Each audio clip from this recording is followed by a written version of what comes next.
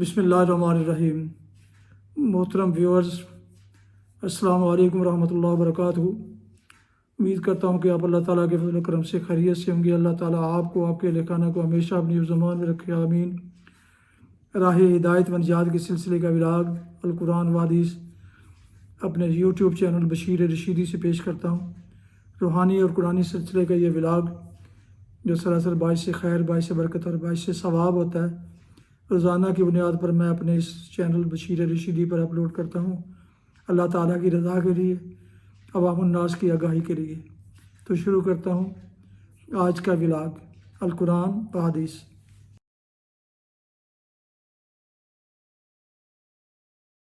اعوذ باللہ من الشیطان الرجیم، بسم اللہ الرحمن الرحیم۔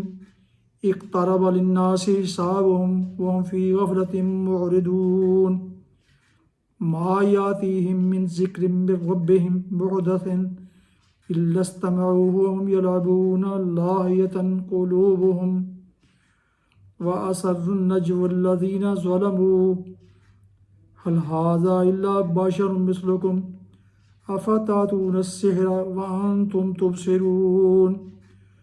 صدق اللہ العظیم۔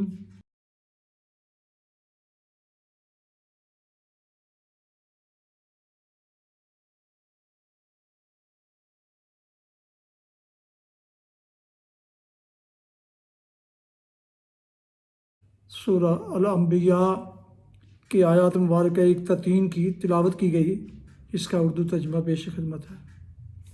اقترب للناس حسابهم وهم فی غفلۃ معرضون، قریب آ گیا ہے لوگوں کے حساب کا وقت اور وہ ہیں کہ غفلت میں منہ موڑے ہوئے ہیں۔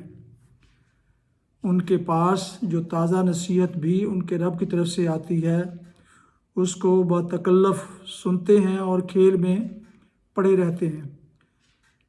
دل ان کے دوسری ہی فکروں میں منہمک ہیں اور ظالم آپس میں سرگوشیاں کرتے ہیں کہ یہ شخص آخر تم جیسا ایک بشر ہی تو ہے، پھر کیا تم آنکھوں دیکھتے جادو کے پھندے میں پھنس جاؤ گے؟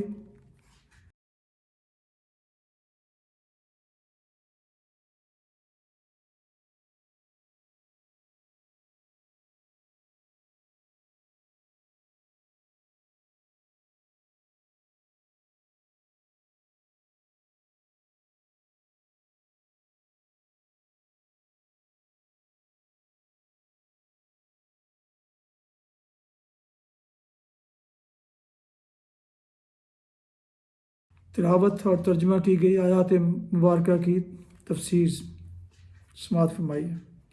قریب آ گیا ہے لوگوں کے حساب کا وقت، مراد ہے قرب قیامت، یعنی اب وہ وقت دور نہیں ہے جب لوگوں کو اپنا حساب دینے کے لیے اپنے رب کے آگے حاضر ہونا پڑے گا۔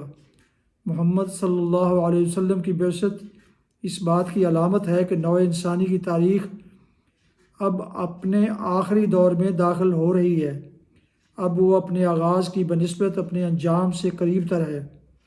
آغاز اور وسط کے مرحلے گزر چکے ہیں اور آخری مرحلہ شروع ہو چکا ہے۔ یہی مضمون ہے جس کو نبی صلی اللہ علیہ وسلم نے ایک حدیث میں بیان فرمایا ہے۔ آپ نے اپنی 2 انگلیاں کھڑی کر کے بعثت انا والساعۃ کہاتین، میں اپنے وقت پر مبعوث کیا گیا ہوں کہ میں ایسے وقت پر مبعوث کیا گیا ہوں کہ میں اور قیامت ان 2 انگلیوں کی طرح ہیں، یعنی میرے بعد بس قیامت ہی ہے، کسی اور نبی کی دعوت بیچ میں حائل نہیں ہے۔ سنبھلنا ہے تو میری دعوت پر سنبھل جاؤ، کوئی اور ہادی اور بشیر و نذیر آنے والا نہیں ہے۔ اور وہ ہیں کہ غفلت میں منہ موڑے ہوئے ہیں، یعنی قرآن کی کسی تنبیہ کی طرف توجہ نہیں کرتے، نہ خود سوچتے ہیں کہ ہمارا انجام کیا ہونا ہے، اور نہ اس پیغمبر کی بات سنتے ہیں جو انہیں خبردار کرنے کی کوشش کر رہا ہے۔ ان کے پاس جو تازہ نصیحت بھی ان کے رب کی طرف سے آتی ہے، یعنی قرآن کی ہر نئی صورت جو محمد صلی اللہ علیہ وسلم پر نازل ہوتی ہے اور انہیں سنائی جاتی ہے، اس کو بتکلف سنتے ہیں اور کھیل میں پڑے رہتے ہیں۔ وہم یلعبون کے دو مطلب ہو سکتے ہیں، ایک وہ جو اوپر ترجمہ میں اختیار کیا گیا ہے پہلے، اور اس میں کھیل سے مراد یہی زندگی کا کھیل ہے جسے خدا اور آخرت سے غافل لوگ کھیل رہے ہیں۔ دوسرا مطلب یہ ہے کہ وہ اسے سنجیدگی کے ساتھ نہیں سنتے بلکہ کھیل اور مذاق کے طور پر سنتے ہیں۔ پھر کیا تم آنکھوں دیکھتے جادو کے پھندے میں پھنس جاؤ گے؟ پھنسے جاتے ہو بھی ترجمہ ہو سکتا ہے، اور دونوں ہی مطلب صحیح ہیں۔ سرگوشیاں کفار مکہ کے وہ بڑے سردار آپس میں بیٹھ بیٹھ کر کیا کرتے تھے، جن کو نبی صلی اللہ علیہ وسلم کی دعوت کا مقابلہ کرنے کی بڑی فکر لاحق تھی۔ وہ کہتے تھے کہ یہ شخص بہرحال نبی تو ہو نہیں سکتا، کیونکہ ہم ہی جیسا انسان ہے، کھاتا ہے، پیتا ہے، بازاروں میں چلتا پھرتا ہے، بیوی بچے رکھتا ہے، آخر اس میں وہ نرالی بات کیا ہے جو اس کو ہم سے ممتاز کرتی ہو اور ہماری بنسبت اس کو خدا سے ایک غیر معمولی تعلق کا مستحق بناتی ہو؟ البتہ اس شخص کی باتوں میں اور اس کی شخصیت میں ایک جادو ہے کہ جو اس کی بات کان لگا کر سنتا ہے اور اس کے قریب جاتا ہے وہ اس کا گرویدہ ہو جاتا ہے۔ اس لیے اگر اپنی خیر چاہتے ہو تو نہ اس کی سنو اور نہ اس سے میل جول رکھو، کیونکہ اس کی باتیں سننا اور اس کے قریب جانا گویا آنکھوں دیکھتے جادو کے پھندے میں پھنسنا ہے، جس کی چیز کی وجہ سے وہ نبی صلی اللہ علیہ وسلم پر سحر کا الزام چسپاں کرتے تھے۔ اس کی چند مثالیں آپ کے قدیم ترین سیرت نگار محمد بن اسحاق متوفی 152 ہجری نے بیان کی ہیں۔ وہ لکھتا ہے کہ ایک دفعہ عتبہ بن ربیعہ ابو سفیان کے خسر ہند جگر خار کے باب نے سرداران قریش سے کہا اگر آپ لوگ پسند کریں تو میں جا کر محمد سے ملوں اور اسے سمجھانے کی کوشش کروں۔ حضرت حمزہ رضی اللہ عنہ کے اسلام لانے کے بعد کا واقعہ ہے، جب کہ نبی صلی اللہ علیہ وسلم کے صحابہ کی تعداد روز بروز بڑھتی دیکھ کر اکابر قریش سخت پریشان ہو رہے تھے۔ لوگوں نے کہا ابو الولید تم پر پورا اطمینان ہے، حضور جا کر اس سے بات کرو۔ وہ حضور کے پاس پہنچا اور کہنے لگا بھتیجے، ہمارے ہاں جو تم کو عزت حاصل تھی تم خود جانتے ہو، اور نسب میں بھی تم ایک شریف ترین گھرانے کے فرد ہو۔ تم اپنی قوم پر یہ کیا مصیبت لے آئے ہو؟ تم نے جماعت میں تفرقہ ڈال دیا، ساری قوم کو بیوقوف ٹھہرایا۔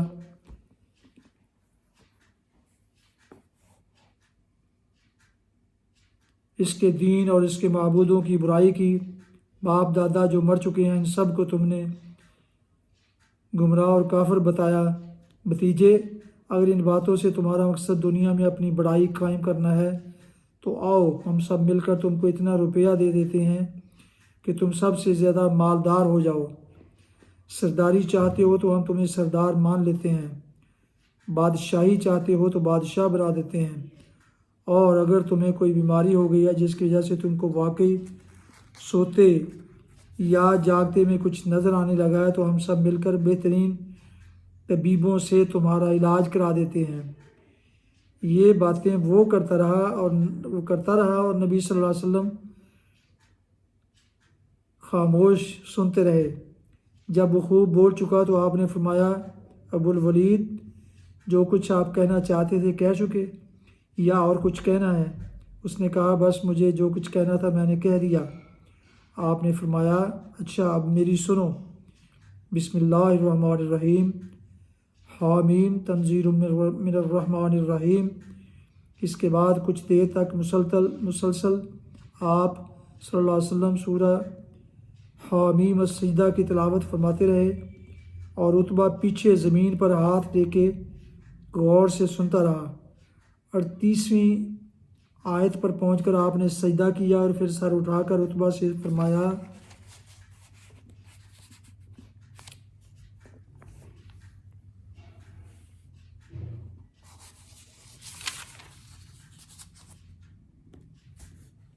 ابو الولید جو کچھ مجھے کہنا تھا وہ آپ نے سن لیا،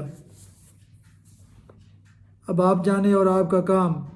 عتبہ یہاں سے اٹھ کر سرداران قریش کی طرف پلٹا تو لوگوں نے دور ہی سے آتے دیکھ کر کہا، خدا کی قسم ابو الولید کا چہرہ بدلا ہوا ہے، وہ صورت نہیں ہے جسے لے کر وہ گیا تھا۔ اس کے پہنچتے ہی لوگوں نے سوال کیا، کہو ابو الولید کیا کر آئے ہو؟ اس نے کہا، خدا کی قسم آج میں نے ایسا کلام سنا ہے کہ اس سے پہلے کبھی نہ سنا تھا۔ واللہ یہ شعر نہیں ہے، یہ نہ سحر ہے اور نہ کہانت۔ اے معاشر قریش، میری بات مانو اور اس شخص کو اس کے حال پر چھوڑ دو۔ اس کی باتیں جو میں نے سنی ہیں رنگ لا کر رہیں گی۔ اگر عرب اس پر غالب آ گئے تو اپنے بھائی کا خون تمہاری گردن پر نہ ہوگا، دوسروں پر ہوگا، اور اگر یہ عرب پر غالب آ گیا تو اس کی حکومت تمہاری حکومت ہوگی اور اس کی عزت تمہاری عزت۔ لوگوں نے کہا، واللہ ابو الولید تم پر بھی اس کا جادو چل گیا۔ اس نے کہا، یہ میری رائے ہے، اب تم جانو اور تمہارا کام۔ ابن ہشام جلد اول صفحہ 13 اور 14 میں بقی نے اس واقعہ کے متعلق جو روایات جمع کی ہیں، ان میں سے ایک روایت میں یہ اضافہ ہے کہ جب حضور صلی اللہ علیہ وسلم سورہ حامیم السجدہ کی تلاوت کرتے ہوئے اس آیت پر پہنچے کہ فَإِنْ أَعْرَضُوا فَقُلْ أَنذَرْتُكُمْ صَاعِقَةً مِثْلَ صَاعِقَةِ عَادٍ وَثَمُودَ، تو عتبہ نے بے اختیار آگے بڑھ کر آپ کے منہ پر ہاتھ رکھ دیا اور کہنے لگا کہ خدا کے لیے اپنی قوم پر رحم کرو۔ دوسرا واقعہ ابن اسحاق نے یہ بیان کیا ہے کہ ایک دفعہ قبیلہ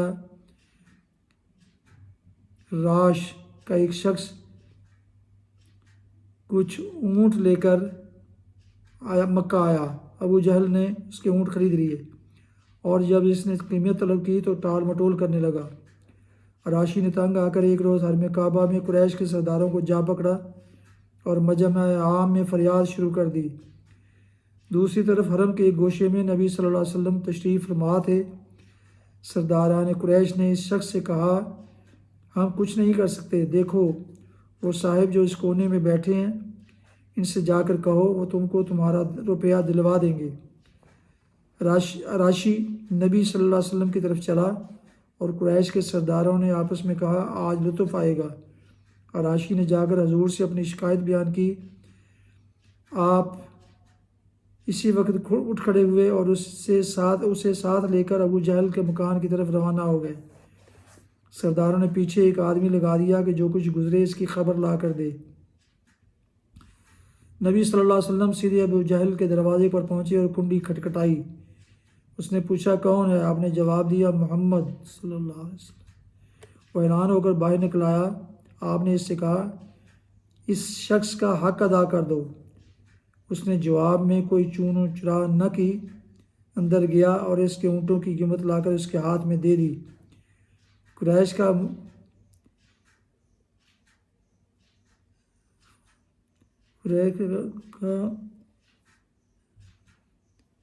ایک مخبر یہ حال دیکھ کر حرم کی طرف دوڑا اور سرداروں کو سارا ماجرا سنایا اور کہنے لگا کہ واللہ آج وہ عجیب معاملہ دیکھا ہے جو کبھی نہ دیکھا تھا۔ حکم بن ہشام یعنی ابو جہل جب نکلا ہے تو محمد کو دیکھتے ہی اس کا رنگ فک ہو گیا، اور جب محمد نے اس سے کہا کہ اس کا حق ادا کر دو تو یہ معلوم ہوتا تھا جیسے حکم بن ہشام کے جسم میں جان نہیں ہے۔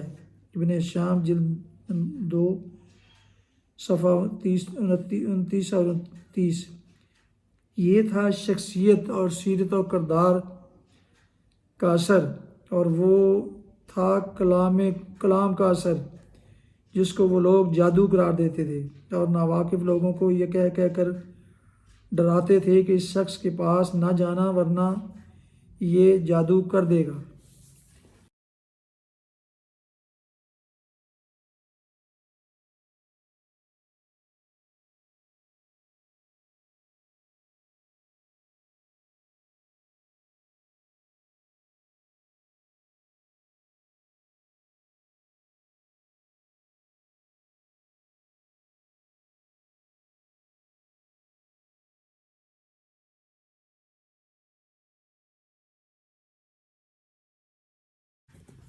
حدیث مبارکہ حضرت سلمان بن عامر رضی اللہ عنہ سے روایت ہے، نبی کریم صلی اللہ علیہ وسلم نے فرمایا، جب تم میں سے کوئی شخص روزہ کھولے تو اس کو چاہیے کہ وہ کھجور سے روزہ کھولے، اس لیے کہ اس میں برکت ہے۔ اگر کھجور میسر نہ ہو تو پانی سے کھولے، کیونکہ یہ پاک کرنے والا ہے۔ اور فرمایا، مسکین پر کیا گیا صدقہ صرف صدقہ ہے، اور رشتہ دار پر کیے گئے صدقے کی دو حیثیتیں ہیں، وہ صدقہ بھی ہے اور صلہ رحمی بھی۔ صحیح ترمذی، جامعہ ترمذی، ابواب الزکوٰۃ، حدیث نمبر 658۔ فوائد میں لکھا ہے کہ روزہ کھجور یا پانی سے کھولنا زیادہ اجر و ثواب کا باعث ہے۔ نمبر 2، غریب رشتہ دار پر صدقہ کرنے کا دوہرا اجر ہے۔ عموماً لوگ اپنے عزیز و اقارب کو بلا دیتے ہیں، مگر ایسا نہیں کرنا چاہیے، بلکہ دوسروں کی بنسبت ان کا زیادہ خیال رکھنا چاہیے۔